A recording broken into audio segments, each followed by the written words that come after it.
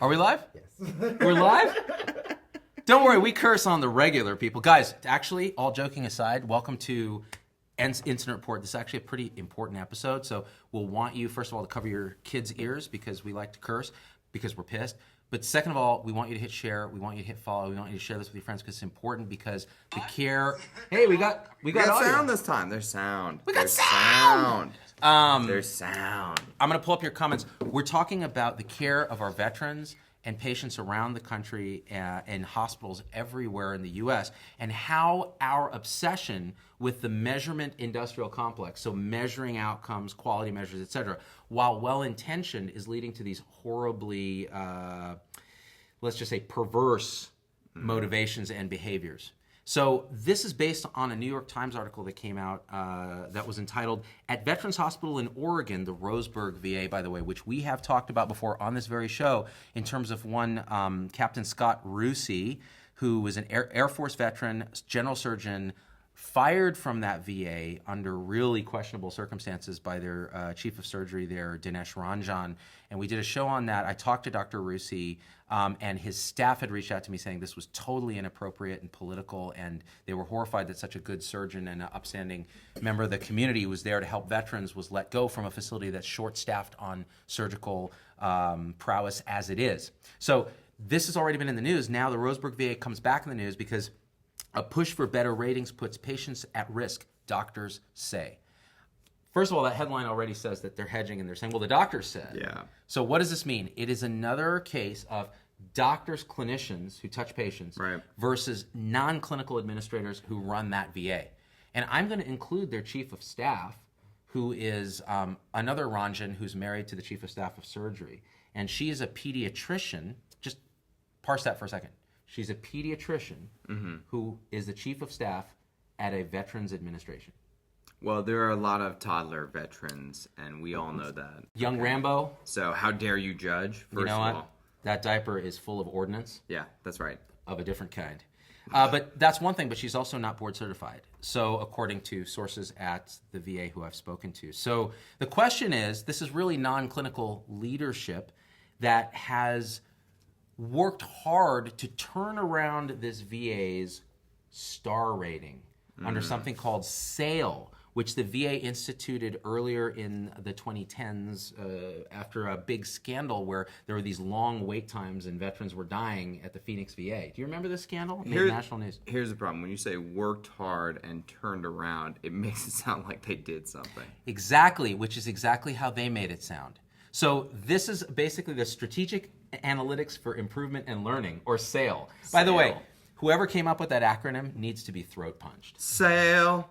Anyway. Come sail away, come sail away, come sail away to better outcomes that don't mean better outcomes. So, because this is what happened. Strategic Analytics for Improvement and Learning. This is what happened. This is Roseburg VA. I'm going to summarize this article in a nutshell. Then I'm going to read a letter from the group of emergency physicians who are supported by the hospitalists at the institution, which is unusual when hospitalists and ER docs work together for a cause. It means this cause is important, and it's binding two groups that are historically a little bit like cats and dogs. Bring it, son. Yeah. You know, the confrontation.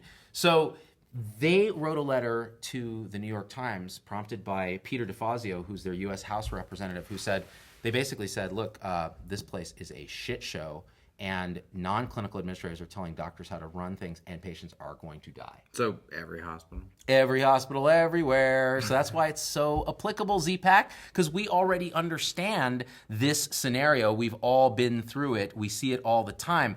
The reason I want to talk about it is first of all, are we getting the story right? Should we be really pissed off? Because my elephant's pissed off. The minute I see the headline, I'm pissed off. Are we missing something? And how do we think about this pursuit of quality metrics at the expense of everything else? So This is the story.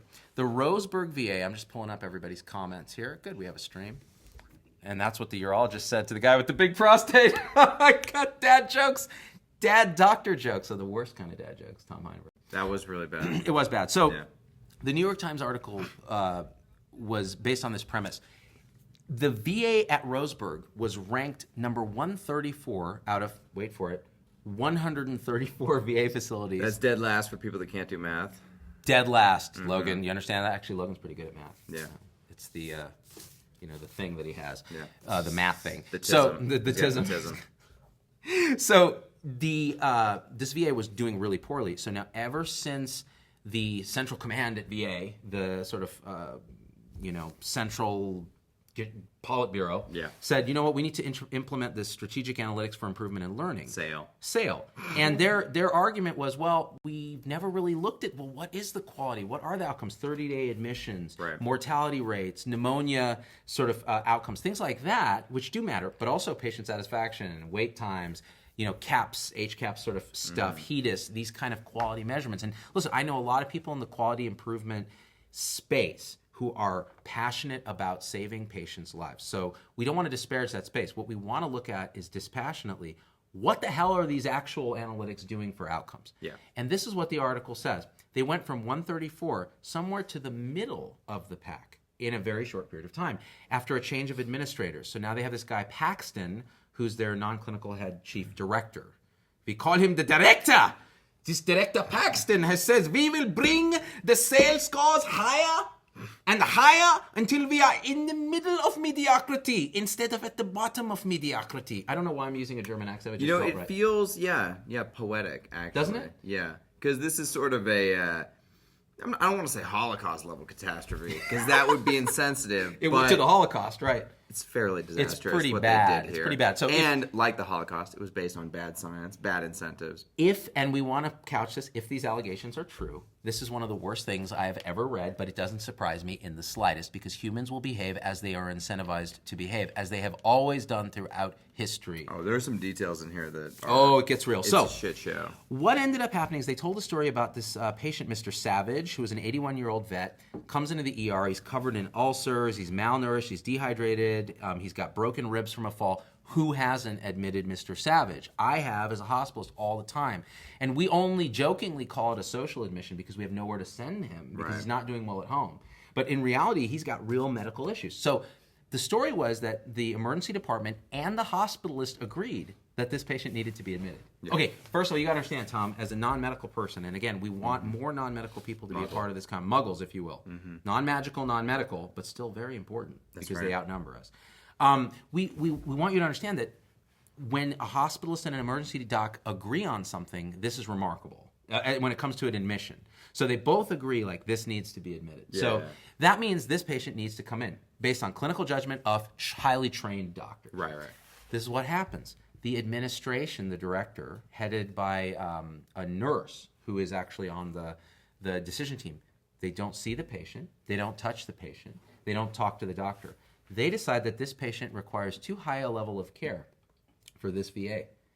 Now, why would they say that? Most hospitals in this country are incentivized to fill their beds. Yeah. And to churn through patients quickly, because if you fill a bed and then you discharge them, you get paid, and then you fill it with another person. It's like a hotel. You want to be at max capacity. All the time, but not like a hotel where you just want them staying forever.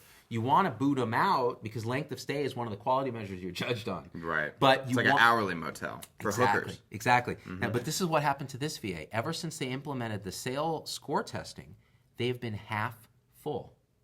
This is a VA that is half full. We have people waiting out the door for VA, and this VA is half full. Now, why would that be? The administrators, the utilization management people, again, so this is a nurse overriding two doctors and not talking to the patient. And this is a nurse who's really an administrator now, not a clinical nurse.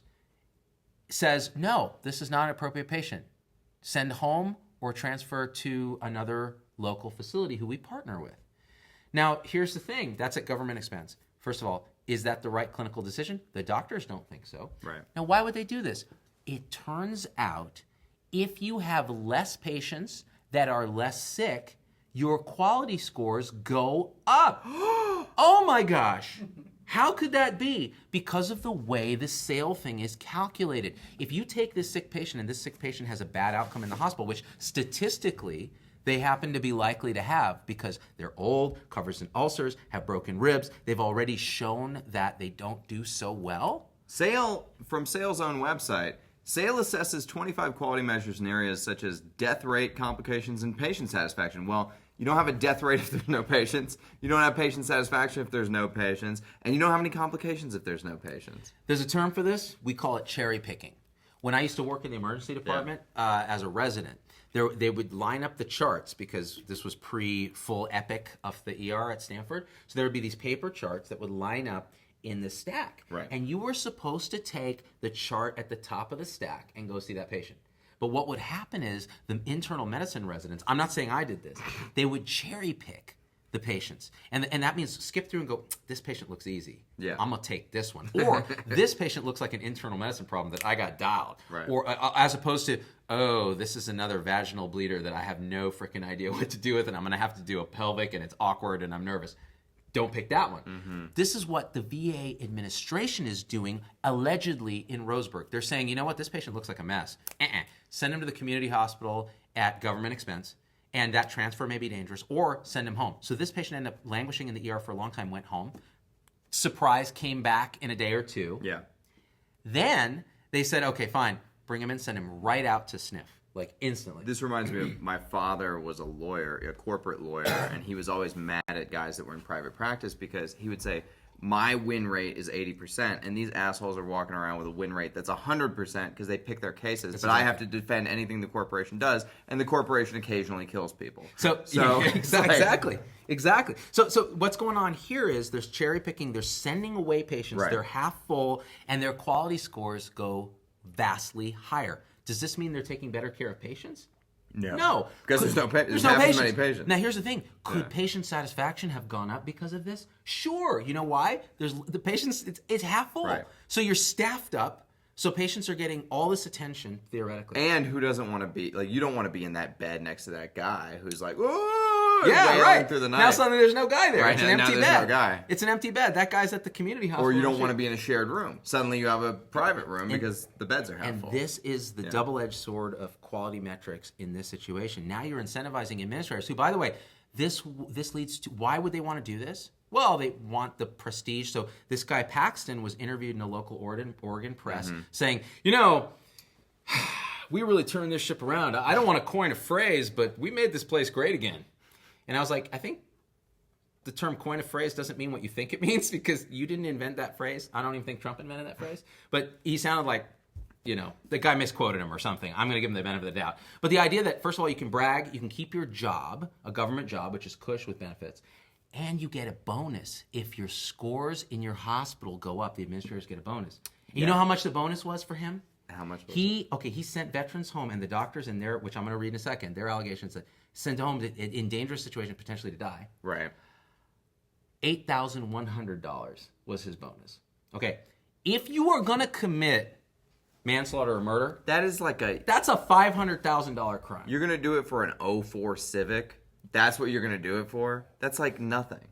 I'm really thinking about that. Like, that's actually a pretty good deal. That's about how much an '04 Civic is An going 04 for. Civic. Street price. Actually, probably like a '07 They don't Civic. depreciate that much. You know, I mean, Hondas are good cars. Anyway. So this idea that it's all for these paltry bonuses and for holding on to your job and being able to say you turned the ship around. Have you turned the ship around? No. Here's the other thing they do with these quality metrics. So when patients get admitted, if you don't meet criteria for CHF control, like you get dinged. Right. So what do? They just re-diagnose it as hypervolemia. So for people who don't know, congestive heart failure, a lot of times you have a lot of fluid on your lungs and in your heart and in your blood vessels because you're not able, your heart doesn't squeeze right, so it actually isn't able to get enough blood pressure, so you end up holding on to a lot of fluid. Your kidneys don't work, you hold on to fluid. That's hypervolemia, too much volume. Is hypervolemia the correct description of why that patient is admitted? No, but when you call it hypervolemia, you are judged completely differently than if you call it CHF. So this is the gaming that goes on. And while we're gaming the system, our patients are getting the same or worse outcomes. And this is what the allegations were in this. And they quoted a surgeon from UCSF who worked at the VA there, and he was told, don't operate on the complicated patients because those patients are likely to have complications and prolonged length of stays, and that's going to ding us. Now, how perverse is this, right? If this is the incentives that the quality metrics are setting up, then they had good intentions, but they're fucking it up. If they're able to actually figure out ways to compensate and adjust for this gaming, then you have a better system. So what we've done is we've set things in motion that now are showing us this isn't working. You're telling me that a government institution had good intentions and then fucked it up with bad incentive measures? I know it's impossible. To that, sir, I say good day. Good day, sir. You need to understand I have a nuclear button right here on my desk, okay? And I'm not afraid to use it, Kim Jong-un. Good intentions gone bad. And I actually do believe that they had good intentions and they fucked it up. And that's fine. Because I actually think many people in the quality movement are doing good work. So this was the general allegations in the report in the New York Times. Now, if you dig in, where did this come from? Who should we believe? I'm going to read both sides. So I have sources there. Now, remember, we did a show about Scott Rusi, who was, again, the retired captain of the Air Force, general surgeon. By all accounts of his staff, who messaged me independently, multiple members of his staff, fantastic, upstanding surgeon with tremendous integrity, was let go after a peer review that he never was really able to see the results of and wasn't able to be made public. And the thought was there were politics involved, and they want to get rid of him. And so this Roseburg VA has been in our conversation before. Now, I've talked to Scott. I actually think he's a guy of decent integrity. Yeah. I haven't talked to Dinesh Ranjan, the chief of staff that we're talking about here, who there are many allegations about his integrity, but until he comes on the show or wants to talk to us. Now, the problem is, here's the asymmetry. Those guys aren't allowed to talk to us. Right. That's where it becomes difficult. Who do you believe? Now, as a clinician, I'll tell you who I believe intuitively. I'm going to believe the doctors because they're on the front lines and they're my tribe. Is that the right thing? Not always. That's why you have to dig in. So let's dig in a little bit. Here is a letter I'm going to read the highlights of from a group of emergency physicians that have worked at the Roseburg VA for a long time. So they're contracted with the VA. They are, because this facility is small, it doesn't have an ICU, it's really a small facility. They are the largest group of physicians at this facility, is the emergency docs, and they're contracted. So they could lose their contract for speaking out, but they're going to do it anyways because they feel very strongly about this. This is what they said. P.S. Oh, snap. Onika in the comments says Dinesh has zero integrity. And So- she says she was an employee there. So people know Dinesh. Okay, listen, between you and me, Damn. Dinesh, if you don't fucking come on our show or talk to me and tell me why you're not a piece of shit, because everybody I've talked to has said you're a piece of shit, and again, I'm saying this on the record because I don't give a fuck. You're married to the chief of staff. That isn't fucking nepotism. The chief of staff who's a pediatrician, who isn't board certified, who's running a VA. Like, listen, the onus is on you to come, and I will give you a platform to explain yourself. Because literally the Z-Pack wants to know what the hell is going on, because I've heard enough stuff now that I want to know. Our veterans deserve better. The heroes who take care of them deserve better than not getting answers to our questions. Okay? Period. Okay, that being said, now I'm really pissed off. Fuck up. You pissed off the Z. All right. You don't want to piss me off because then I turn into the Incredulous Hulk, which is a slightly more effeminate version of the Incredible Hulk. I'm like, oh my God, I can't even believe how ridiculous this is. I'm so angry, Tom. Did I rip my blouse doing this? Because I'm angry. Anyways, this was what the letter said. They basically sent it to the New York Times in response to an inquiry from Senator DeFazio, or Representative DeFazio. And it's Emerald Valley Emergency Physicians, and they have a bunch of 12 board-certified emergency physicians trained at great institutions. And they were sort of talking about the hospitalists being on their side as well. So they basically state in this letter that the current processes are being forced onto us by administrative and non-practicing physicians, non-physician positions including nurses. So a nurse making a clinical decision, not seeing the patient, overriding doctors, which again, they ought to be working as a team, right? And non-clinically trained positions, which includes the medical center director, which is Paxton, okay? There has never been any effort to work with us to use our knowledge of emergency medicine patient care to improve the care of veterans. They make patient care decisions without speaking to the patient, without seeing the patient in the ED, and without speaking to the physician caring for the patient.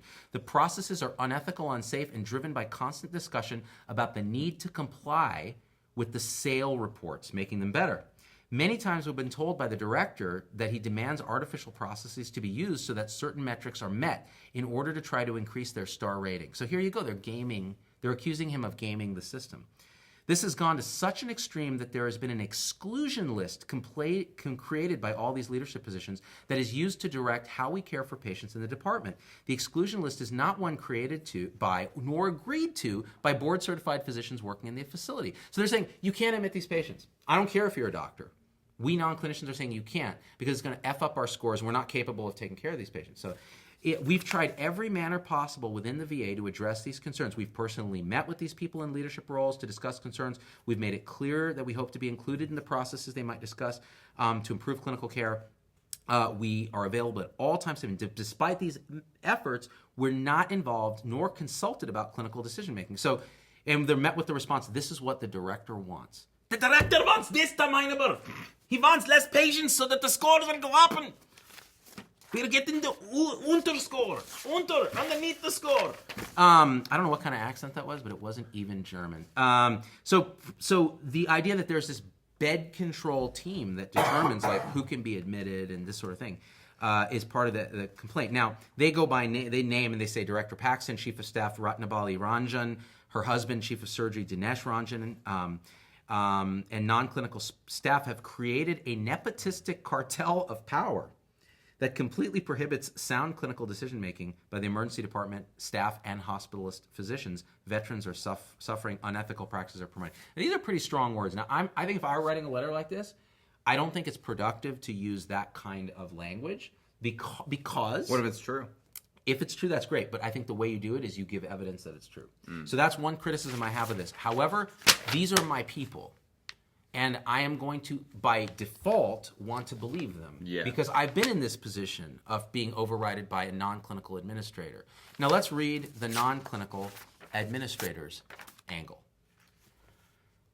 Where was it? I got it was in here. Oh, wait, it's in your... In my email. There it is. So one of my sources at the Roseburg VA, who shall remain unnamed, shared with We got me... your internal memos. Roseburg VA. What's up? I have an internal memo sent to all employees of the Roseburg VA by the director. Letter to all hands. I'm going to read it to you.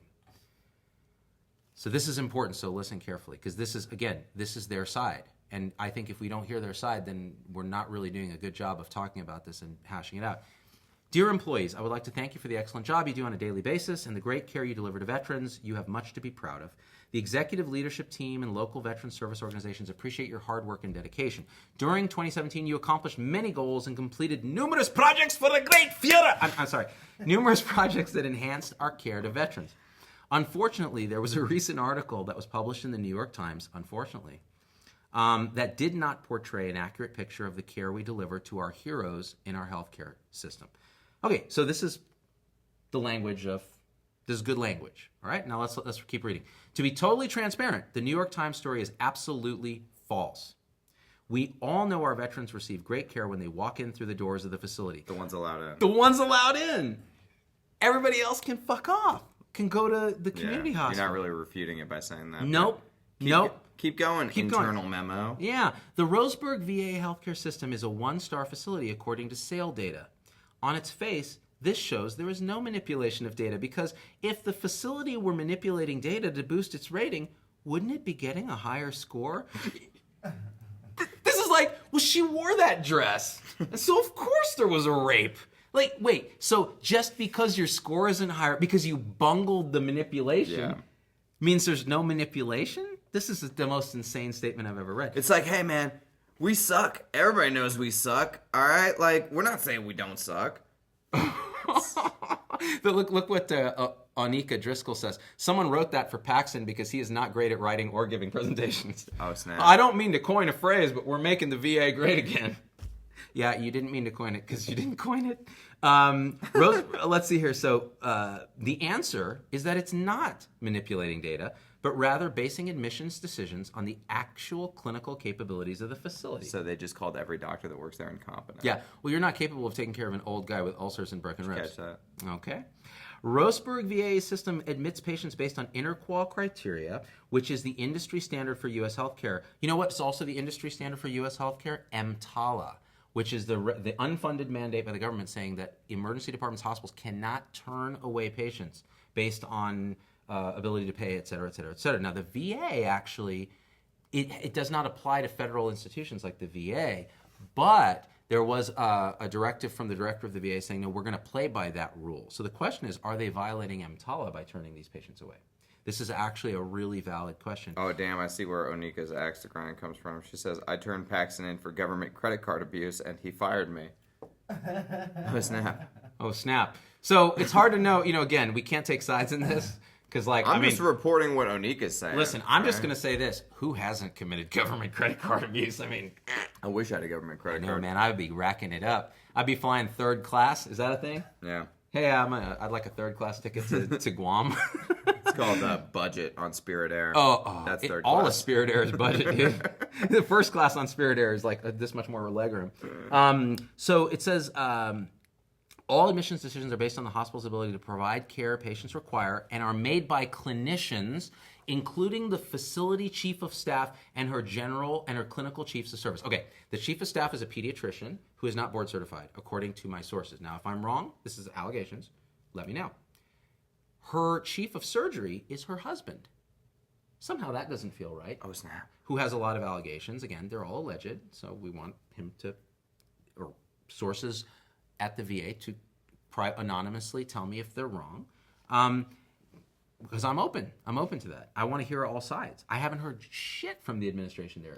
But wait, as a non-medical, if she's a pediatrician, there's no children that have gone to war as far as I know. Well, except in, like Somalia. Coney.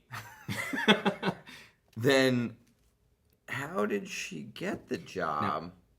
If it wasn't from her husband. There may be some pediatricians at the VA, and again, I want pediatricians who work at the VA to message me and say why there would be a role for that, because there might be kids of service connected, but I'm not sure if that's a VA function. It might be a military function, or it might be another TRICARE function. I don't know the answer to that.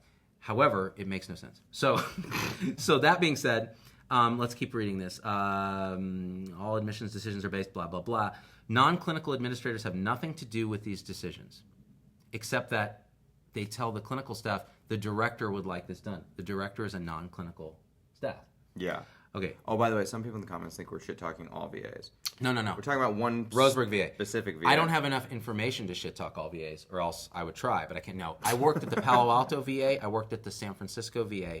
Some of the best, most passionate clinicians and nurses I've ever encountered worked at the VA taking care of our vets.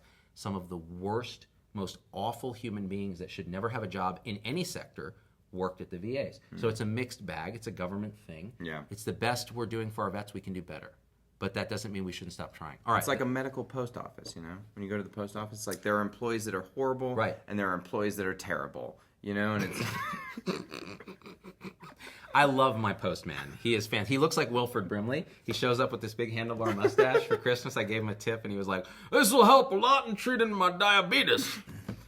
He never said that, and that was inappropriate, because I'm talking about type 2 diabetes. No type 1s yell at me now, because I know you get mad when I don't distinguish. All right, that being said, where were we in this article? At its core, Roseburg VA is primarily an outpatient center. And that's why the hospital's clinical leadership has made it clear to its physicians that the facility has limited capabilities to care for patients with certain clinical conditions that are far better treated in nearby community hospitals. Okay, if that's true, then it ought to be very clear up front to everybody what's going on. Right. And if that's true, why would the doctors disagree? Are they going to admit patients to a facility they feel doesn't have the capability to care for them, especially the hospitalists? So Dr. Bloom, who was one of the hospitalists cited in this article, said he was part of a big complaint in this, saying this is BS. So he should know what the capability of the hospital is. Yeah. Why would an administrator know better than a clinician operating in the hospital? Right? And I think most of these VA guys are salaried, so the less patients they see, the more effective money they're making per patient. Yeah. So it's actually not in his best interest to argue for more admissions. Right. I think, if that's how he's being paid. But so, guess what? He probably wants to help people. Like, so weird, right? So wait, he self-selected to do the right thing? He went into being a doctor so he could, like, actually treat patients. So hold on. So Heidenberg, an $8,100 bonus for getting your star rating up a bit? Yeah. Is not the right thing to do if you're killing vets? Maybe if you do something like that for such a low incentive, you're an immoral piece of shit. Just maybe. And also a bad businessman. Like, you really should haggle. Like, if you're going to commit murder, it's $1 million. Yeah. It's exactly. $1 million. It's like those the gangbangers who kill somebody for $4,000. Yeah, you're like, It's like, dude, $4,000 and you're in jail for the rest of your life. Like, what did you buy with that $4,000? you know, you bought 3 square meals and some weights. Anyway, so this is precisely why we're being transparent with our doctors about conditions that the facility is unable to treat, because it's in veterans' best interest to have them seen at other hospitals in the community with greater capabilities to deliver them the best care for those conditions. Okay, I want to hear from clinicians on the front lines in this hospital. Is this true? Because if it's true, then they need a better process of working with their doctors and their ER staff to actually understand that instead of what seems to be happening. Secretary Shulskin from the VA has made it clear that under his leadership, the VA is going to leverage the best of the private sector with the best of the VA's own capabilities. And in this case of Roseburg, which has no ICU and limited surgical capabilities, why are their surgical capabilities limited, Tom Heineber? Because they cut them in half. Because they fired Scott Rusi, who by all measures is a great surgeon, from what we hear. Now again, I'm not there. We can't see the results of the peer review because they're secret. So, anyways, in doing so, the VA works closely with veterans in the community to coordinate care. Okay, so that's Douglas V. Paxton, Sr., Roseburg VA Medical Center Director. So now we have his point of view. ZPAC, here's my editorial. The measurement industrial complex that has sprung up to power this health 2.0 juggernaut began with the greatest of intentions, which is we commit tons of medical errors. We don't measure how well we're actually doing. Most of what we do is bullshit. Listen to me carefully. Most of what we do in healthcare is bullshit. Why do you think they spend less in the rest of the world and get better outcomes? It's not because their healthcare is better. It's because the rest of their society care is better. And I'm not talking about socialism and all this other crap. I'm talking about they have more cohesive society with social support. Their lifestyles are different. They eat differently. And they do better because 90% of our health has nothing to do with a doctor's office or a hospital. So measuring outcomes seemed like a logical idea, but now what we're seeing is the gaming of systems by everybody, clinicians and non-clinicians, to try to boost those when your pay is dependent on it, when your reputation is dependent on it. These VA scores are public. You can go on a website and see every institution's sales score. So that's important as a PR thing for a VA too. So what happens when you're measuring the wrong things or you're not setting up a system where the system can't be easily gamed? This is what we're seeing. People are going to behave according to their incentives. And actually, Doug Paxton, I almost called him doctor. Yeah. That would have been a huge fuck up. Doug Paxton is behaving rationally in the fiduciary interests of his facility. So should we change the system around that? Yeah. Instead of just ganging up on this one guy, which I'm happy to do, but it's not going to help. So my feeling is let's get quality measures that maybe actually measure quality, and there are very few of those, and focus on the culture and the process that actually gets those scores up instead of just getting the scores up by any means necessary. When I was at OHSU, they had their scores on a bulletin board there in the ICU, and the ICU nurses pointed to them and go, this is what we suck at. Yeah. This is what we're getting better at. This is what we care about. And I was like, wow. You know, when the frontline nurses actually care about that stuff, they're going to change how they care for patients. They're going to reduce ventilator-associated pneumonias. They're going to make sure that they follow the protocols that are protocolized and listen to the patients when that's an important part of the protocol. So that's the take-home. We can help our vets. We can help each other be sustainable. We can help the financial stability of the country by making sure we don't do unnecessary shit like measuring the fuck out of everything. That ain't gonna help. That's my final take home. What do you think, Tom Heineber? I think Z-Dog MD is a smart man, y'all. And he knows how to fix this system. I'm not a smart man, but I know what love is. Why don't you love me, Janae? I'm sorry I had a fight in the middle of your Black Panther party. Anyway, let's just do lines from Forrest Gump until we go out. The VA is like a box of chocolates.